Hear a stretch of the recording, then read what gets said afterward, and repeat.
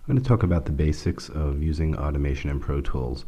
Automation is a way where you can record your mix moves, whether it's volume or panning, muting, or even any plugins that you put in, as opposed to using the volume view or mute view or pan view to go in and add breakpoints and adjust them and create changes that way. Automation allows you to do it live in real time. It gives you a little bit more of an organic feel to your mixing, and once you get used to it, it's a lot quicker.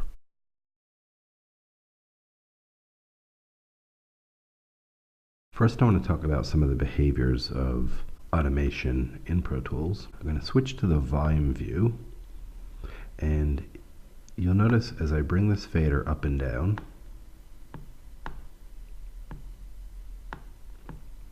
the volume line in total goes up and down. That's because there's no automation written onto this entire volume line. You'll see a point at the very beginning, but nowhere else on the timeline will you see a point. And that's why fader moves are going to adjust the entire track. However, if I command click here and put in a breakpoint, notice what happens. As I bring this down, it doesn't adjust the entire volume line. In fact, if I press play, it jumps back up to the value it was set at. So that's an important thing to know about automation. When you have no automation written, in other words, no breakpoints written anywhere in your entire timeline except the very beginning, you're going to be able to make these adjustments that adjust the entire track. As soon as you have a breakpoint, or a series of breakpoints, any adjustment's not going to adjust the entire track.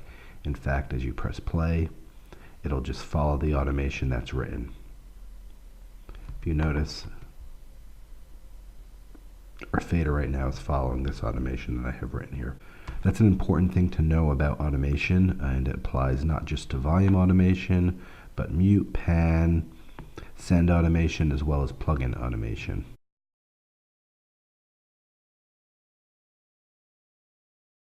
I'm going to start by just talking about the basic settings that you need to know. I set up the screen just to make it easier to do this by having our edit window on one side, and then I brought up the mix window on the other side. Just resized them so we can see the two tracks I have, both in the edit window and in the mix window. If we go to Window, Automation, or you can use the Command 4 shortcut, it brings up the automation window.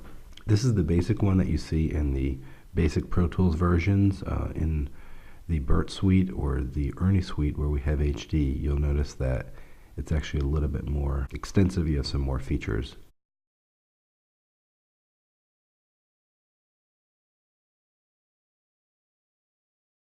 So if we look at this automation window, you'll see that you have the option to enable all the different parameters, and by turning these on, these allow all of these parameters to be written.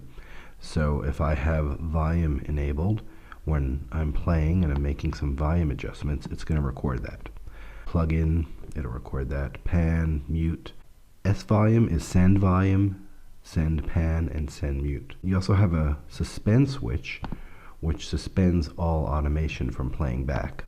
It's best to leave all these options not engaged and just turn on the ones that you want, because you can easily write over automation you already did if you have a parameter engaged that you don't want to be engaged for that particular automation pass.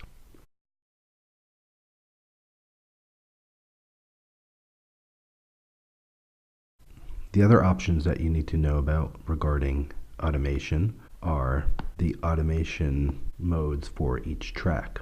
You can access them by clicking here in the edit window or here in the mix window. The 5 options that you have in basic Pro Tools are off. What that means is Pro Tools won't read any automation that's written onto the track, but it'll play back at whatever value you currently have set. Read means it'll read any automation that's on the track. If you make any adjustments while it's reading that, it'll just pop right back to its automated value. Show you an example of that. Cough and cough, and you just can't stop coughing, and after a month or notice how the volume kept on popping back up because that was the automated value. Touch is an automation write mode. In touch mode, it doesn't automatically start writing immediately. It'll start writing as soon as you touch an automation control, in this case the fader. I'm going to switch our view to volume view just so you can see what's going on. So I press play, the minute you get off, and here's the automation. you have a minute where you As soon as I touch the fader and bring it down, you'll notice it's not doing anything. Why? Because I need to enable volume. Let's do that again. Play it along. Now you'll see a red volume line in the track. With touch mode, as soon as I let go of the fader, it returns to its original value. So if I drop this fader down all the way, it'll bring it down all the way. As soon as I let it go, as soon as I let go of the mouse, it immediately pops back up again. That's touch mode. Essentially, it writes only when you're touching the control. You can see where this would be really nice to work on the C24 console in BERT, because then you're actually touching an actual fader as opposed to clicking on an image of a fader with your mouse. And of course, this touch mode is going to function the same way if we're talking about pan.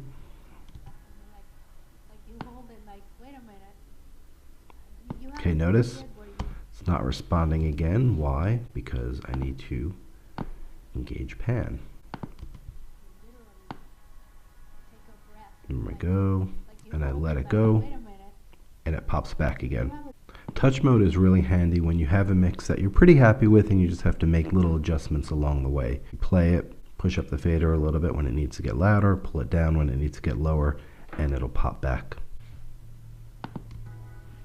the minute you get off that plane, you have a minute where you literally take a breath and you're like you hold it like, wait a minute. You have a period where you get there and you cough and cough and cough, and you just can't stop coughing, and then after a month or so this was a mix that was generally pretty good. I was just riding the fader on these particular lines that I thought needed to come up, and as soon as I let go of the fader, it popped back to where it was. That's touch mode. The next mode we have is latch mode. What latch mode does is it latches into the value that you're writing at. I'll show you an example. If I play it and I pull down the fader, and now I let go of the fader, it stays at the level that I left it.